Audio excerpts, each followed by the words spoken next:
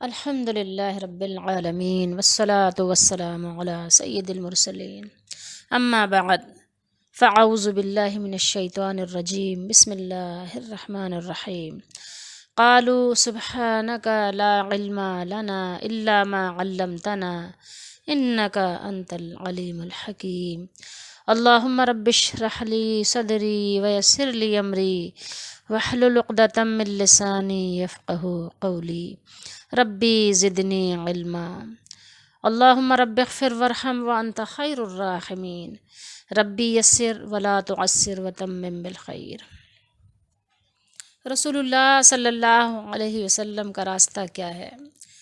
سبیل الرسول کیا ہے؟ رسول اللہ صلی اللہ تعالیٰ علیہ وآلہ وسلم ہمیں کس طریقے پر بلاتے رہے؟ ہم آپ کو ایک حدیث شریف سناتے ہیں جو بخاری شریف میں ہے۔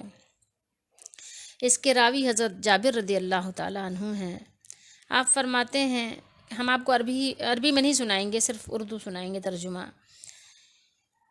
فرمایا کہ فرشتے رسول اللہ صلی اللہ علیہ وسلم کے پاس آئے اور نبی کریم صلی اللہ علیہ وسلم سوئے ہوئے تھے، تو فرشتوں نے آپس میں کہا کہ تمہارے یہ صاحب جو ہیں یعنی محمد صلی اللہ علیہ وسلم کے لیے ایک مثال ہے، تو پھر آپ کے لیے وہ مثال بیان کرو تاکہ آپ اپنی امت کو سنائیں۔ بعض فرشتے یعنی کہنے لگے، تو کچھ فرشتوں نے کہا کہ نبی کریم صلی اللہ علیہ وسلم سو رہے ہیں، تو یعنی ان کا مقصد تھا کہ سو رہے ہیں تو سوتے وقت بیان کرنے سے کیا حاصل ہوگا۔ تو ان میں سے بعض نے کہا کہ آپ صلی اللہ علیہ وسلم کی آنکھ سوتی ہے اور دل جاگتا ہے، یعنی آپ صلی اللہ علیہ وسلم آنکھیں تو آپ کی سو رہی ہیں لیکن آپ کا دل جاگ رہا ہے، دل بیدار ہے، تو یعنی کہاوت یعنی جو مثال ہے بیان کرنے میں کوئی حرج نہیں ہے، بیان کی جا سکتی ہے۔ تو فرشتوں نے کہا ان کی مثال اس شخص کی مانند ہے، اس شخص کی طرح ہے جس نے گھر بنایا اور اس میں کھانا کھلانے کا بندوبست کیا اور بلانے والے کو بھیجا کہ جس نے بلانے والے کی دعوت قبول کر لی وہ گھر میں داخل ہوگا اور کھانا کھائے گا، اور جس نے بلانے والے کی دعوت قبول نہ کی وہ گھر میں داخل نہیں ہوگا اور نہ ہی کھانا کھائے گا۔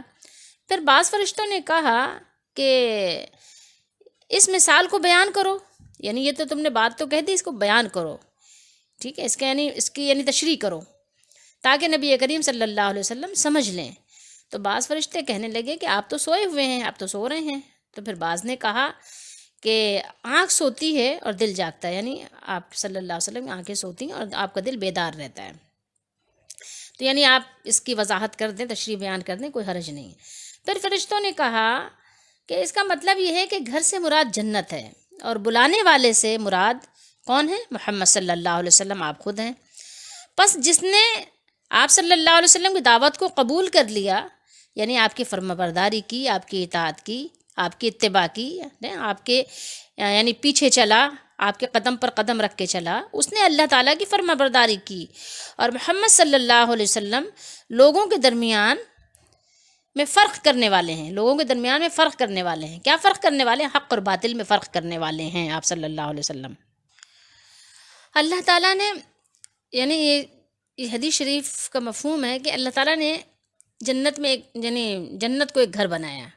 ایک گھر کون سا بنایا؟ یعنی جو جنت ہے وہ ایک گھر بنایا ہے۔ آدم علیہ السلام وہیں سے آئے ہیں نا، اور ہم بھی انہی کی اولاد ہیں، وہ ہمارے جد امجد ہیں۔ تو جنت اللہ نے گھر بنایا، یعنی اس کا نام جنت رکھا، اور اس میں کھانے کا بندوبست کیا۔ طرح طرح کے جو جنت کا ذکر اللہ نے قرآن مجید میں بیان کیا، پھر حدیث شریف میں بھی بیان ہوا۔ پھر محمد صلی اللہ علیہ وسلم کو لوگوں کی طرف رسول بنا کر مبعوث فرمایا، آپ کو بھیجا، عرب اور عجم سب کے لیے بھیجا، انسان اور جنات سب کے لیے آپ صلی اللہ علیہ وسلم کو نبی بنا کر مبعوث فرمایا، اور آپ کو حکم دیا کہ لوگوں کو جنت کے کھانے کی طرف دعوت دیجیے، لوگوں کو بلائیے۔ رسول اللہ صلی اللہ علیہ وسلم لوگوں کو جنت کی طرف دعوت دیتے رہے، بلاتے رہے۔ قولوا لا الہ الا اللہ تفلحوا، لوگوں کہو کہ اللہ کے سوا کوئی الہ نہیں ہے، کوئی الہ نہیں ہے سوائے اللہ کے، تو تم فلاح پاؤ گے، تم کامیاب ہو جاؤ گے، تمہاری کامیابی، تمہاری فلاح اسی میں ہے۔ تو آپ صلی اللہ علیہ وسلم لوگوں کو اللہ کی طرف بلاتے رہے، یعنی آپ کی پوری زندگی اسی میں صرف ہوئی۔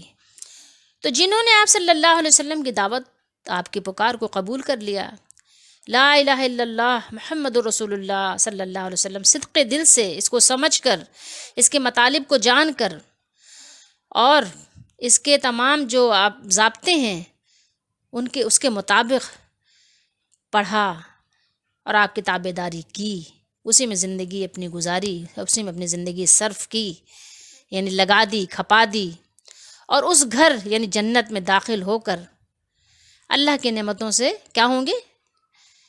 وہاں پر ان کی نعمتوں سے، وہ لوگ جنہوں نے یہ کام کر لیا تو وہ جنت کے نعمتوں سے لطف اندوز ہوں گے، وہاں اس کے مزے اڑائیں گے۔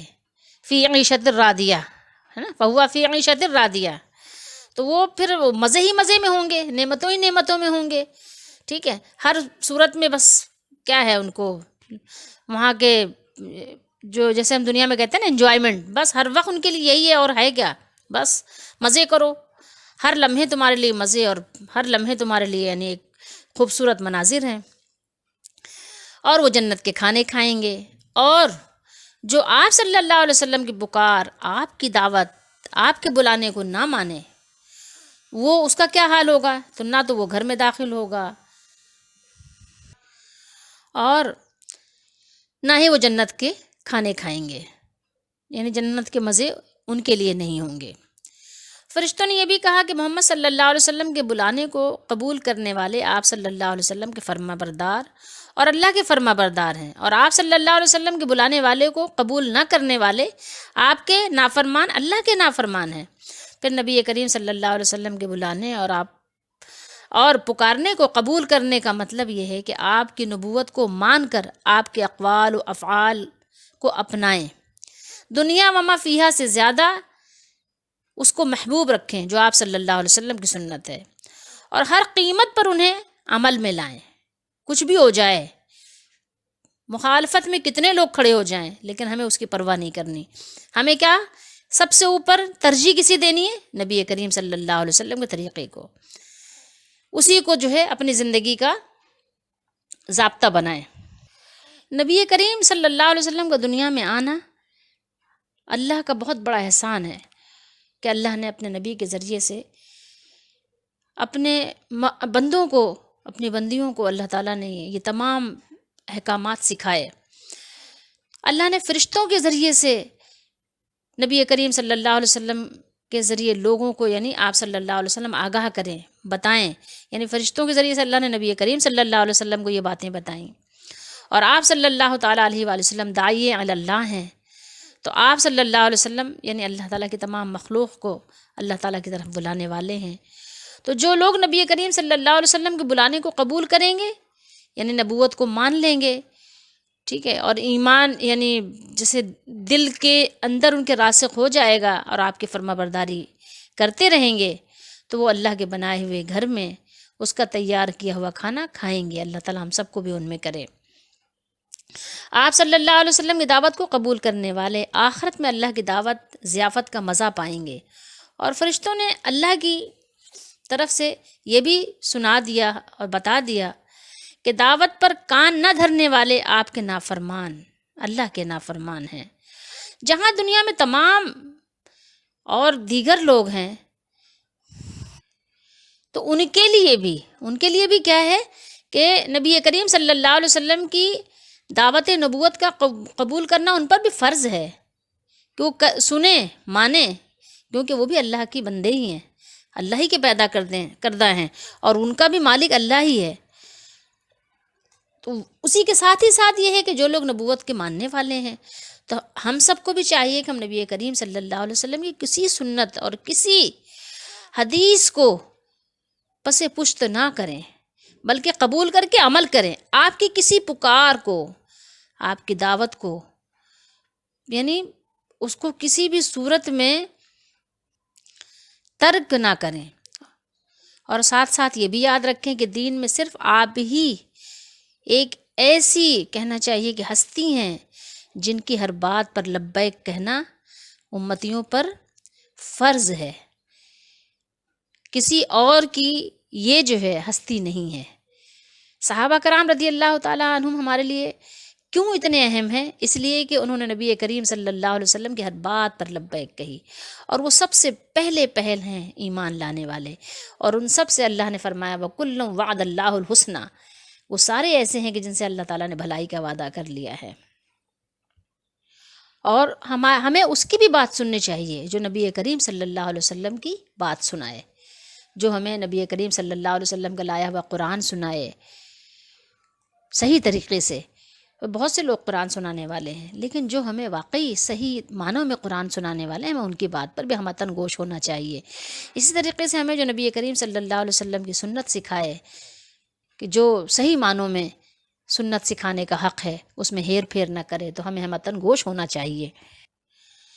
رسول اللہ صلی اللہ علیہ وسلم کا قول، فعل، سنت، حدیث، سیرت، اسوہ، اخلاق اور کردار، یہ سب کیا ہے؟ یہ سبیل الرسول ہے۔ جو کچھ آپ نے فرمایا اور زندگی بھر کر کے دکھایا، یہی آپ صلی اللہ علیہ وسلم کا راستہ، یہی آپ کی راہ ہے۔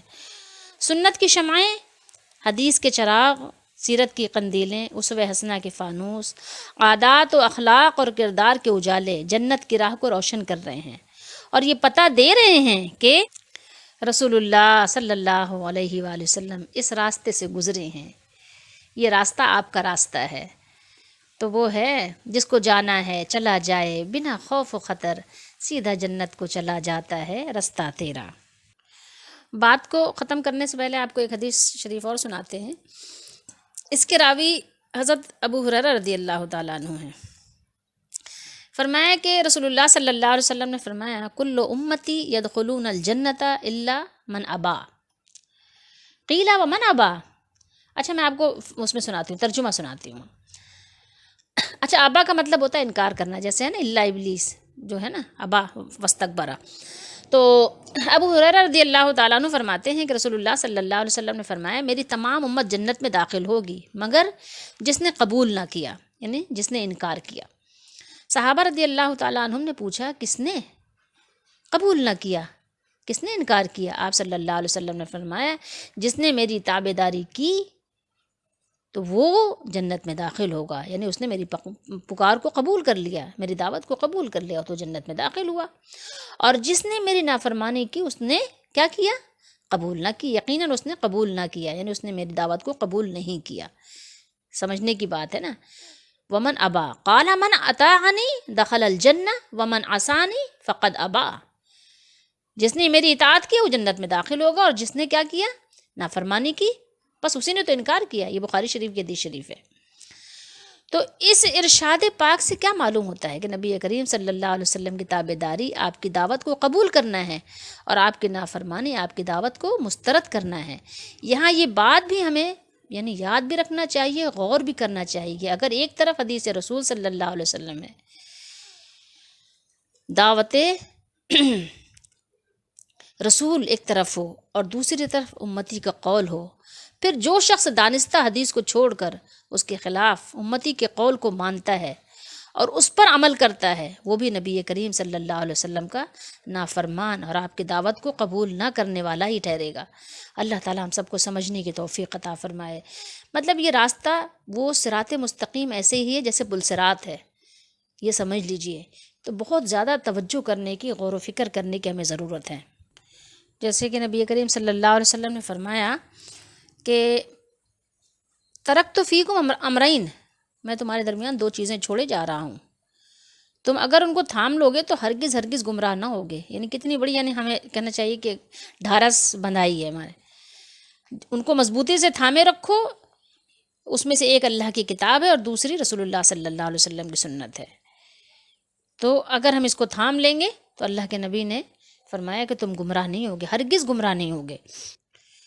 یہ کتاب اللہ ظاہر سبھی جانتے ہیں کہ اس کی یعنی تحقیق کی بھی ضرورت نہیں ہے کہ ایسی کتاب ہے 1400 سال سے بغیر کسی فرق کے، اور ویسے ہی یعنی بالکل دیکھیں آپ کے تر و تازہ اسی انداز میں، جب بھی پڑھیں ایک نئی بات، نئی چیزیں آپ کو سیکھنے کو ملتی ہیں، اور اتنی تلاوت اس کی ہوتی ہے۔ اس پر ایمان لانے کے لیے یہی بات کافی ہے۔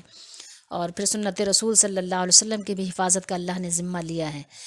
اس کتاب میں قرآن مجید میں اللہ تعالیٰ نے ایک بات، مطلب ساری ہی باتیں اس کی بڑی اہم ہیں، لیکن ایک بڑی اہم بات ہے مطلب سمجھنے کی، لا یأتیہ الباطل من بین یدیہ ولا من خلفہ تنزیل من حکیم حمید۔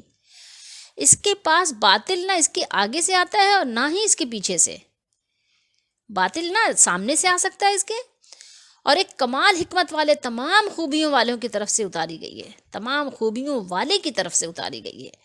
تنزیل من حکیم حمید ہے، یہ وہ حکیم بھی ہے اور حمید بھی ہے، کمال حکمت والا ہے ہمارا مولا، ہمارا اللہ۔ یعنی اس کے پاس باطل نہ آنے کا مطلب کیا ہے کہ اس پر باطل غلبہ نہیں پا سکتا، باطل کی مجال نہیں کہ اس کے کسی پہلو سے آ کر اس پر غلبہ پا سکے، نہ کھلم کھلا سامنے آ کر اور نہ چوری چھپے کہ پیچھے سے آ کر اس میں مطلب گھس گیا۔ یہ مطلب یہ ہے کہ پہلے کی کوئی کتاب یا تحقیق اس قرآن کی کسی بات کو غلط ثابت نہیں کر سکتی، اور نہ ہی بعد کی کوئی کتاب، کتنی بھی آپ تحقیق کر لیں، اس کی کسی بات کو رد نہیں کر سکتی، غلط ثابت نہیں کر سکتی۔ اور یہی بھی ہے اس سے مراد کہ اس میں باطل کی آمیزش نہ تو کھلم کھلا اور نہ ہی چھپے، یعنی چوری چھپے، ٹھیک ہے، جیسا کہ پہلی کتابوں کے ساتھ لوگوں نے کیا تھا کہ اس میں یعنی اپنی من گھڑت شامل کر دی تھی، لکھتے تھے اور کہتے تھے اللہ کی طرف سے ہے، اور اس سے کیا لیتے تھے، تھوڑی سی قیمت لے لیتے تھے، ثمناً قلیلا، بلکہ اس کی ضمانت کا ذمہ اللہ تعالیٰ نے لیا ہے۔ یہ قرآن انا نحن نزلنا الذکر وانا لہ لحافظون، بے شک ہم نے یہ نصیحت نازل کی ہے اور بے شک ہم اس کی ضرور حفاظت کرنے والے ہیں۔ یہ نازل کی گئی ہے کمال حکمت والے اور تمام خوبیوں والوں کی طرف سے، خوبیوں والے کی طرف سے۔ قرآن مجید کی کوئی بات غلط نہیں ہو سکتی، اس میں کسی باطل کی آمیزش نہیں ہو سکتی، اور نہ ہی دلیل میں باطل کسی طرح اس پر غالب آ سکتا ہے، کوئی کتنی دلیلیں لے آئے، کوئی کتنی حجت لے آئے، کیونکہ یہ حکیم اور حمید کی طرف سے نازل ہوئی ہے۔ اللہ تعالی ہم سب کو قرآن پر ایمان لانے کی توفیق دے۔ ھذا بلاغ للناس، ھذا بلاغ للناس، یہ قرآن مطلب یہ ھذا کا اشارہ کدھر ہے؟ قرآن کی طرف ہے۔ یہ قرآن لوگوں کے لیے ایک پیغام ہے، تو آئیے اس پیغام پر لبیک کہتے ہیں اور اس کے طریقے پہ چلتے ہیں، اور جو صاحب قرآن ہیں ان کے طریقے پہ چلتے ہیں۔ اللہ ہم سب کی مدد فرمائے۔ وما توفیقی الا باللہ۔